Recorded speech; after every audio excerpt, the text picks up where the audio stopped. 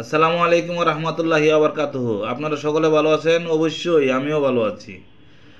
তবে দীর্ঘদিন যাবৎ আমরা যারা সোশ্যাল মিডিয়াতে সাথে জড়িত থাকার পরেও কোনো সফলতা পাইনি। কেন পাইনি এটা মোটামুটি একটা আমি ক্যালকুলেশন করে বের করেছি। আমরা যারাই নাকি সীমাবদ্ধতার ভিতরে আছি, পরিবেশ, আত্মীয় স্বজন, প্রতিবেশী, বন্ধুবান্ধব কী বলবে, এটা বলা যাবে না, এটা করা যাবে না, ওখানে যাওয়া যাবে না, তবে সীমাবদ্ধতার ভিতরে আমরা যারা আছি তারা আর কোনো সুফল পাইনি। যারা সীমাবদ্ধতার বাহিরে আছে, সোশ্যাল মিডিয়া নতুন কিছু চায়, অনাকাঙ্ক্ষিত কোনো কথা চায়, গল্প চায়, কাজ চায়, কিন্তু আমরা তা দিতে পারি না, লজ্জা আমাদের।